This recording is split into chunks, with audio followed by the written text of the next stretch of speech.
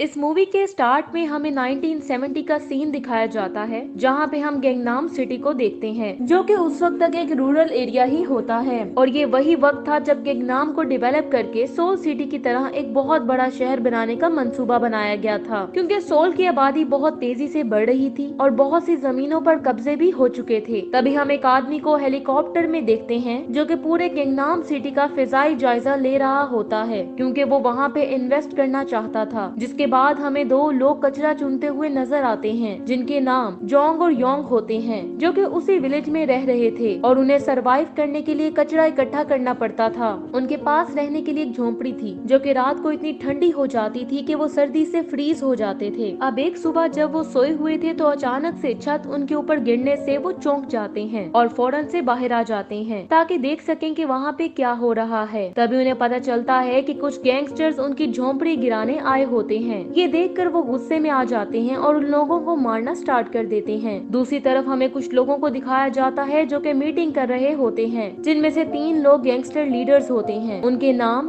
यांग, नाम और जैंग होते हैं, जबकि 2 लोग पॉलिटिशियंस थे जिनके नाम पार्क और सू होते हैं, जो कि गैंगस्टर लीडर से लोग इकट्ठे करने के लिए हेल्प मांगते हैं और उनको जनरल लीडरशिप मीटिंग के दौरान हंगामा करने का कहते हैं। वो ऐसा इसलिए चाहते थे कि ताकि वो प्रेसिडेंशियल इलेक्शन को रोक सकें और इसके बदले में वो उन्हें वेस्ट सोल एरिया में बिजनेस लाइसेंस देने का वादा करते हैं। मीटिंग के बाद कांग नामी आदमी नाम को मिलने आता है और उसे एडवाइस देता है कि उन्हें पॉलिटिक्स में टांग नहीं अड़ानी चाहिए, लेकिन नाम उसकी बात पे ध्यान नहीं देता, क्योंकि उसे अपने बिजनेस लाइसेंस लेने में दिलचस्पी होती है और वो उसे बहुत से लोग रिक्रूट करने का ऑर्डर देता है ताकि वो जनरल लीडरशिप मीटिंग के दौरान हंगामा क्रिएट कर सकें। दूसरी तरफ हमें दिखाया जाता है कि झोंपड़ियां तोड़ने वालों पर अटैक करने की वजह से जोंग और योंग को अरेस्ट कर लिया जाता है और उन्हें गैंगस्टर के हेडक्वार्टर लाया जाता है, जहां पे उन्हें काफी मारा पीटा जाता है। तभी वहां पे कांग आता है और वहां पे मौजूद अपने एक आदमी से अब तक रिक्रूट किए गए लोगों के बारे में पूछता है, जो कि उसे बताता है कि अब तक 40 लोग इकट्ठे हो चुके हैं, लेकिन कांग उसे कहता है कि 40 लोग बहुत कम हैं। तभी उसकी नजर जोंग और योंग पे पड़ती है और वो उन्हें अपना गैंग ज्वाइन करने का कहता है, जिस पर वो मान जाते हैं। और उसी दिन उन सब लोगों को एक बस में सोल की एक बिल्डिंग की तरफ लाया जाता है। उसी बस में जोंग और योंग भी होते हैं, जहाँ पे जोंग मिल्क की बोतल खत्म करता है और गैंगस्टर की तरफ से दिए गए पैसे गिनने लगता है। तभी एक आदमी उन्हें ये बताने लगता है कि उनका काम बिल्डिंग में जाके हर चीज को डिस्ट्रॉय करना और फिर वहाँ से निकल जाना है। और जब वो लोग वहाँ पे पहुँचते हैं तो बिल्कुल ऐसा ही करते हैं, वो वहाँ पे मौजूद हर चीज को डिस्ट्रॉय कर देते हैं। इसी दौरान जोंग के स्टमक में गड़बड़ होने लगती है, क्योंकि जो मिल्क उसने पिया था वो एक्सपायर होता है, इसलिए वो योंग को वहाँ पे छोड़कर जल्दी से वॉशरूम में चला जाता है। और जब योंग वहाँ पे खड़ा होता है तो एक आदमी पीछे से उस पे अटैक कर देता है, जिससे वो नीचे गिर जाता है और थोड़ी ही देर के बाद वहाँ पुलिस के सायरन की आवाज आने लगती है, जिसकी वजह से वो सब लोग वहाँ से भागने लगते हैं। लेकिन योंग इस सारी सिचुएशन में बहुत कंफ्यूज हो जाता है, क्योंकि उसे जोंग अभी तक दिखाई नहीं दे रहा था। अब योंग उसे हर तरफ देखता है, लेकिन वो उसे कहीं भी दिखाई नहीं देता, जिसके बाद मजबूरन उसे वहाँ से भागना पड़ता है। वो सीधा अपनी झोंपड़ी के पास जाता है और उसका वेट करने लगता है, लेकिन रात हो जाने के बावजूद जोंग घर नहीं आता। अगले दिन योंग गैंगस्टर के हेडक्वार्टर जाता है और वो उनसे वहाँ पे रहने की परमिशन मांगता है, क्योंकि उसके पास रहने के लिए और कोई जगह नहीं होती। जिसके बाद कांग उसे अपने घर में रहने के लिए इनवाइट करता है और घर आने पर उन्हें कांग की बेटी खाना सर्व करती है और वो सभी मिलके खाना खाने लगते हैं। जिसके बाद योंग को रेस्ट करने के लिए एक रूम भी दिया जाता है और जब वो सो रहा होता है तो शोर की वजह से अचानक उसकी आंख खुल जाती है। वो जल्दी से बाहर आता है और कांग की हेल्प करता है, जिस पर दूसरे गैंग के एक मेंबर ने अटैक किया होता है, लेकिन खुशकिस्मती से उसकी सिर्फ एक टांग ही इंजर्ड होती है। अगले ही दिन उन्हें नाम की डेथ की न्यूज मिलती है, जिसे मर्डर किया गया था, जिसके लिए सब गैंगस्टर लीडर्स अफसोस के लिए इकट्ठे होते हैं। जहाँ पे कांग कहता है कि वो अपने गैंग को खत्म करना चाहता है ताकि उसके लोग नॉर्मल लाइफ जी सकें, और वो नहीं चाहता कि उसके लोगों का हाल भी उस जैसा हो जिसको क्रिपल कर दिया गया है, या नाम जैसा जिसको मार दिया गया। इसके बाद सीन शिफ्ट होता है और हमें 3 साल बाद का टाइम दिखाया जाता है, जहाँ पे हम जोंग को देखते हैं जो कि कुछ लोगों के साथ बैठा होता है, जिसका मतलब ये है कि वो अभी तक जिंदा है। और तो और वो योंग के कंट्रोल में एक होटल का फाइनेंशियल मैनेजर होता है और वो पार्क का असिस्टेंट भी बन चुका होता है। और पार्क वही पॉलिटिशियन होता है जिसने सू के साथ मिलके इन गैंगस्टर से हंगामे करवाने की प्लानिंग की थी। दूसरी तरफ योंग अभी तक कांग और उसकी बेटी के साथ रह रहा होता है, जो कि अब उनकी फैमिली का एक हिस्सा बन चुका होता है। और गैंगस्टर वर्ल्ड से रिटायरमेंट के बाद कॉन्ग लॉन्ड्री का बिजनेस कर रहा होता है। एक रात जब वो सब डिनर कर रहे होते हैं तो वहाँ पे एक आदमी कांग से मिलने आता है, जो कि अपना लोन वापस लेने के लिए आया होता है और वो उसे धमकी देता है कि अगर उसने उसका लोन वापस ना किया तो वो उसके घर को जला देगा। योंग चुपके से ये सब कुछ सुन लेता है और कांग की हेल्प का इरादा करता है। दूसरी तरफ हमें यांग को दिखाया जाता है, जो कि अपने लोगों के साथ मीटिंग कर रहा होता है और उन्हें बताता है कि वो जोंग को अपने कुछ और बिजनेसेस का मैनेजर बना रहा है, जिसकी वजह से वो लोग जोंग से जेलस होने लगते हैं।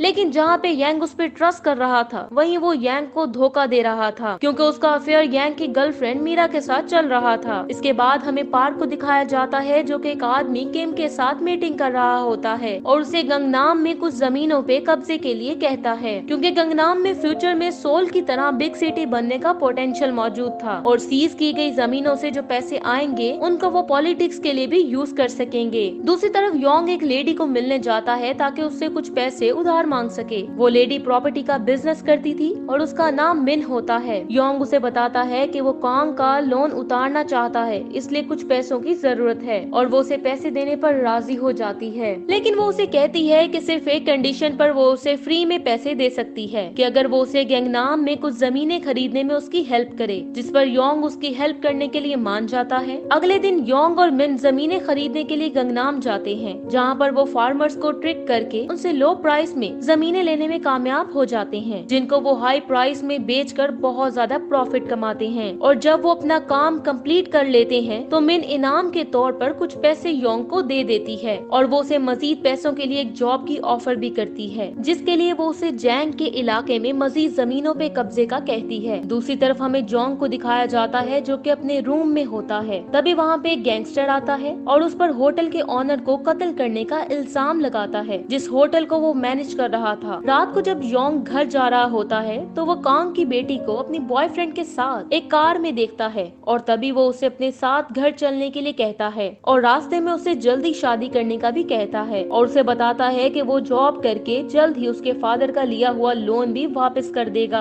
और जब वो घर पहुंचते हैं तो वो उन लोगों को देखते हैं जिनका उधार कांग ने देना होता है। वो कांग के घर की चीजों को जला रहे होते हैं। ये देखते ही योंग उन पे अटैक कर देता है और पैसे उनको दे मारता है, जिसके बाद वो कांग के सामने इस बात का इकरार करता है कि वो पैसों के लिए दोबारा गैंगस्टर बन गया है। वो उसे ये भी कहता है कि वो दोबारा से अपने गैंगस्टर ग्रुप को इकट्ठा करेगा और उसमें कांग की पुरानी पोजीशन को रिस्टोर करेगा। लेकिन कांग बिल्कुल खामोश होता है और उस वक्त उसे कोई जवाब नहीं देता। अगले दिन योंग चुपके से अपने कुछ साथियों के साथ जैंग के ऑफिस में चला जाता है ताकि जमीनों की उन फाइल्स और सर्टिफिकेट्स को चुरा सके जो उसने इकट्ठे कर रखे हैं। लेकिन जैसे ही वो वहाँ से जाने लगते हैं तो योंग की नजर जैंग के गैंगस्टर्स पे पड़ती है, जो कि एक आदमी को मार रहे होते हैं। और जब वो गौर से देखता है तो उसे पता चलता है कि जिस आदमी को वो मार रहे हैं वो कोई और नहीं बल्कि जोंग है। और उन गैंगस्टर में से एक शख्स वही होता है जिसने 3 साल पहले कांग पे अटैक किया था। और जब वो लोग जोंग को जिंदा ही दफन करने लगते हैं तो योंग उसकी हेल्प के लिए आता है और उन गैंगस्टर्स पे अटैक कर देता है और जोंग को बचाकर घर ले आता है। अब जोंग उसे बताता है कि जब हमें उस बिल्डिंग में हंगामा करने के लिए ले जाया गया था तो वापसी पर वो किसी और बस में सवार हो गया था और जब वो घर पहुंचा तो वहाँ पे योंग उसे नहीं मिला। वो उसे बताता है कि वो यांग के लिए काम करता है और वो उसका असिस्टेंट भी है। दूसरी तरफ किम और पार्क काउंसिल के एक मेंबर से मिलते हैं और गैंगनाम में अपनी जमीनें बढ़ाने की परमिशन मांगते हैं, लेकिन वो उनको बताता है कि जमीनें सू के कंट्रोल में चली गई हैं और इस काम के लिए मिन उसकी हेल्प कर रही है। दूसरी तरफ योंग मिन से मिलता है और उसे वो सर्टिफिकेट देता है जो उसने जैंग के ऑफिस से चुराए होते हैं, जिसके बदले वो उसे अपने ड्रीम होम के लिए एक प्लॉट और कुछ पैसों की डिमांड करता है और साथ ही वो सू से मुलाकात करने का भी कहता है, जिस पर मिन उसे सू के साथ जल्दी मिलवाने का वादा करती है। दूसरी तरफ जोंग मीरा से मिलता है जो उसे वहाँ से भागने और साउथ में शिफ्ट होने के लिए कहती है। जोंग उसे कहता है कि वो उसे बहुत प्यार करता है, लेकिन इस टाइम वो ऐसा नहीं कर सकता। ये सुन के वो उससे नाराज हो जाती है और वहाँ से चली जाती है। जब जोंग उसको रोकने के लिए कार से बाहर आता है तो यांग के ग्रुप का एक आदमी उनको देख लेता है और अब वो उसे धमकी देता है कि अगर वो उसे उसकी मर्जी की पोजीशन नहीं देगा तो वो ये बात यांग को बता देगा। अब क्योंकि जोंग उसकी बात नहीं मान सकता था इसलिए वो उसे मार देता है जिसके बाद वो उसकी बॉडी को एक लेक में फेंकने के लिए योंग की हेल्प मांगता है। अब जोंग योंग को मिलकर काम करने का कहता है और जैंग पे अटैक की ऑफर करता है, जिसके बाद वो जैंग के हेडक्वार्टर जाते हैं, जहाँ पे वो जैंग और उसके सभी लोगों को मार देते हैं। अगले दिन मिन योंग की मुलाकात सू से करवाती है, जहाँ पे योंग सू से कहता है कि वो उसके साथ मिलकर काम करना चाहता है और उसने जैंग और उसके सभी साथियों को भी मार दिया है। ये सुन के सू बहुत खुश होता है और उसको अपने साथ शामिल करने पे राजी हो जाता है। अब योंग जब घर आता है तो कांग उसे मारने लगता है और उसे गैंग्स को छोड़ने का कहता है, लेकिन अब बहुत देर हो चुकी होती है क्योंकि अब वो एक गैंगस्टर बन चुका होता है और वो कांग को दोबारा से गैंग्स का हिस्सा बनने की ऑफर करके वहाँ से चला जाता है। अब कांग भी इस बारे में सोचने लगता है और फिर वो अपनी फैमिली के मसाइल खत्म करने के लिए उसकी ऑफर एक्सेप्ट कर लेता है, जिसके बाद वो उसे सू से मिलवाता है। इसी दौरान सू योंग को कहता है कि अब वो जैंग की जगह काम करेगा। अब हमें दिखाया जाता है कि कांग की बेटी की शादी उसके बॉयफ्रेंड से हो जाती है। कुछ महीनों बाद जोंग योंग से मिलने आता है और गैंग पे अटैक करने के लिए उसकी हेल्प मांगता है।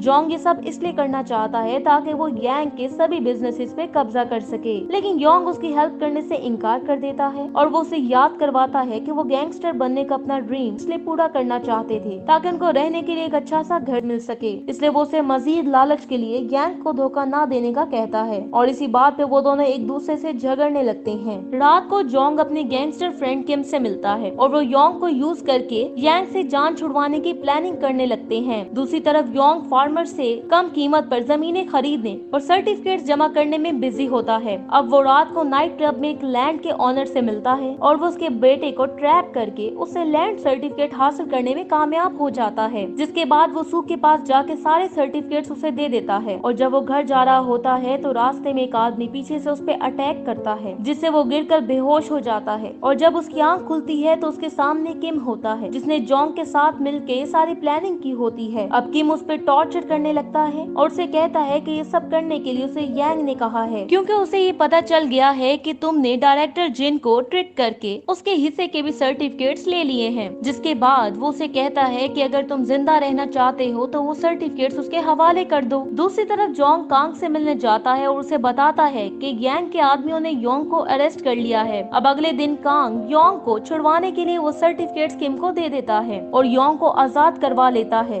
अब कुछ दिनों बाद कांग जो के गैंगस्टर बन चुका होता है उसे पुलिस उसके साथियों समेत अरेस्ट कर लेती है। अब योंग को ये न्यूज मिलती है कि कांग को अरेस्ट करवाने में यांग का हाथ है, क्योंकि उसका एक आदमी पुलिस फोर्स के लिए काम करता है। अब कांग की फ्रॉड करने की न्यूज पूरे कोरिया में फैल चुकी होती है। योंग अब सू के पास जाता है और कांग और उसके साथियों को छुड़वाने के लिए उसकी हेल्प मांगता है। सू जो कि कांग के काम से काफी इम्प्रेस था, इसलिए वो उसको छुड़वाने के लिए योंग की रिक्वेस्ट मान लेता है। अब कांग फ्री हो जाता है, जिसको सेलिब्रेट करने के लिए वो एक जगह पर इकट्ठे होते हैं और यहाँ कांग एक बार फिर ये अनाउंस करता है कि वो अपने गैंग को खत्म करना चाहता है। दूसरी तरफ मीरा भी जोंग के प्लान का हिस्सा बन जाती है और वो चुपके से यांग और मून की बातें रिकॉर्ड कर लेती है, जिसके बाद वो रिकॉर्डिंग योंग को दे देती है, जो कि वो योंग को सुनाता है और तभी उन्हें पता चलता है कि गैंग का इरादा पूरे गैंगनाम सिटी पर कब्जा करने का है। जिसके बाद हमें मून को दिखाया जाता है जो कि काफी ज्यादा ड्रंक होता है। उसे रास्ते में एक लड़की मिलती है और कुछ सोचे समझे बगैर ही वो उसे अपने साथ होटल चलने के लिए इनवाइट करता है। सुबह मून की आंख खुलती है तो वो वहाँ पे योंग और उसके साथियों को देखकर हैरान हो जाता है, जो कि उसी लड़की के साथ उसकी पिक्चर्स ले रहे होते हैं, जिस पर वो बहुत शॉक्ड हो जाता है। अब वो मून को धमकी देता है कि अगर वो उसके ऑर्डर्स नहीं मानेगा तो वो ये पिक्चर्स उसकी वाइफ और मीडिया को रिलीज कर देगा। जिसके बाद जोंग योंग और मिन एक जगह पे मीटिंग करते हैं, जहाँ पे योंग उन्हें वो जगह दिखाता है जो कि वो हासिल करना चाहता है। ये सुन के जोंग उसे कहता है कि ये जगह तो यांग की है, जिस पर योंग उसे कहता है कि वो ये जमीन हर कीमत पे हासिल करना चाहता है, चाहे उसे यांग को मारना ही क्यों ना पड़े। ये सुन के जोंग काफी खुश हो जाता है, क्योंकि यही तो उसका प्लान होता है। दूसरी तरफ यांग के आदमियों को लेक से एक आदमी की डेड बॉडी मिलती है, जो कि उसी शख्स की होती है जिसे जोंग ने ब्लैकमेल करने की वजह से मार दिया था। अब योंग और जोंग दोबारा से मिलते हैं और गैंग को मारने की प्लानिंग करने लगते हैं, जिसके बाद वो अपने अपने साथियों को इकट्ठा करना स्टार्ट कर देते हैं। और इसी वजह से जब जोंग अपने हेडक्वार्टर आता है तो वो वहाँ पे किम को बंधा हुआ देख के हैरान हो जाता है। तभी अचानक से वहाँ यांग के आदमी आ जाते हैं और उसे मारने लगते हैं, जिसके बाद वो उसे यांग के पास ले जाते हैं, जो कि उस पे अपने उस आदमी के कत्ल का इल्जाम लगाता है, जिसकी डेड बॉडी उसके आदमियों को लेक से मिली होती है। लेकिन तभी जोंग उसके कत्ल का इल्जाम योंग पे लगा देता है। अब यांग के साथ अपनी लॉयलिटी साबित करने के लिए और ये प्रूफ करने के लिए कि उसका इस कत्ल में कोई अमल दखल नहीं था, यांग उसे योंग को मारने के लिए कहता है, जिसके बाद वो कांग से मिलने जाता है और उसे कत्ल कर देता है ताकि वो यांग के साथ अपनी लॉयलिटी प्रूफ कर सके। जिसके बाद वो किम के साथ मिलके योंग को मारने का प्लान बनाने लगता है, क्योंकि उसे डर था कि अगर उसे पता चला कि कांग को किसने मारा है तो ये उसके लिए काफी डेंजरस हो सकता था। इसलिए अब यांग के सभी साथी इकट्ठे होते हैं ताकि वो कांग के फ्यूनरल पे योंग पे अटैक करके उसे मार सके।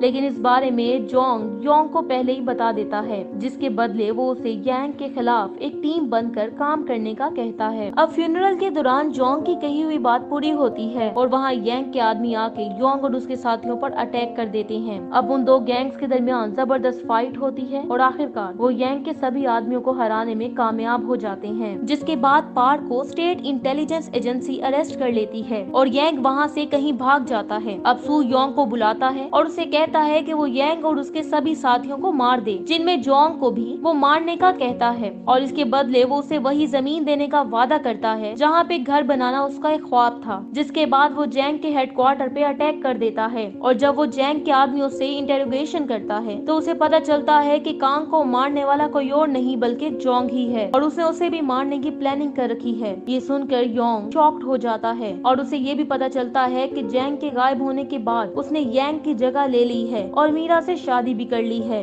दूसरी तरफ जब योंग कांग की फैमिली फोटोज को देख रहा होता है तो उसे वहाँ कांग का फैमिली कार्ड मिलता है जिस पर उसने योंग को अपना फैमिली मेंबर डिक्लेयर किया होता है, जिसको देख के उसे बहुत ज्यादा दुख होता है और वो रोने लगता है। अगले दिन योंग एक मूवी थिएटर में जाता है जहाँ जोंग और यांग मिलने वाले होते हैं और जोंग उसे वहाँ आकर यांग को मारने के लिए उसकी हेल्प करने का कहता है और योंग को मारने के लिए अपने आदमियों को वॉशरूम में छुपा देता है। अब क्योंकि जोंग ने यांग को धोखा दिया होता है इसलिए वो उसे शूट करने लगता है। तभी योंग पीछे से आकर उसे पकड़ लेता है और वो दोनों उसका गला दबाकर उसे मार देते हैं। अब यांग के मरने के बाद जोंग योंग को उसकी बॉडी वॉशरूम में ले जाने के लिए कहता है, लेकिन यांग जो कि उसका इवल प्लान पहले ही जानता था ऐसा करने से इनकार कर देता है और उसे कहता है कि उसने उसके सभी साथियों को मार दिया है और साथ ही उससे कांग को कत्ल करने की वजह पूछता है। ये सुन के जोंग शॉक्ड हो जाता है और इससे पहले कि वो उसे कोई जवाब दे पाता योंग उसे कंधे पर शूट कर देता है, जिसके बाद वो अपने जुर्म का इकरार कर लेता है और कांग को मारने पर उससे माफी मांगता है और कहता है कि अगर वो ऐसा ना करता तो यांग उसे जान से मार डालता। लेकिन गुस्से से भरा योंग उसकी कोई बात नहीं सुनता और उसे मारने लगता है। जिसके बाद जोंग उसे याद दिलाता है कि वो कभी उसका सबसे अच्छा दोस्त था।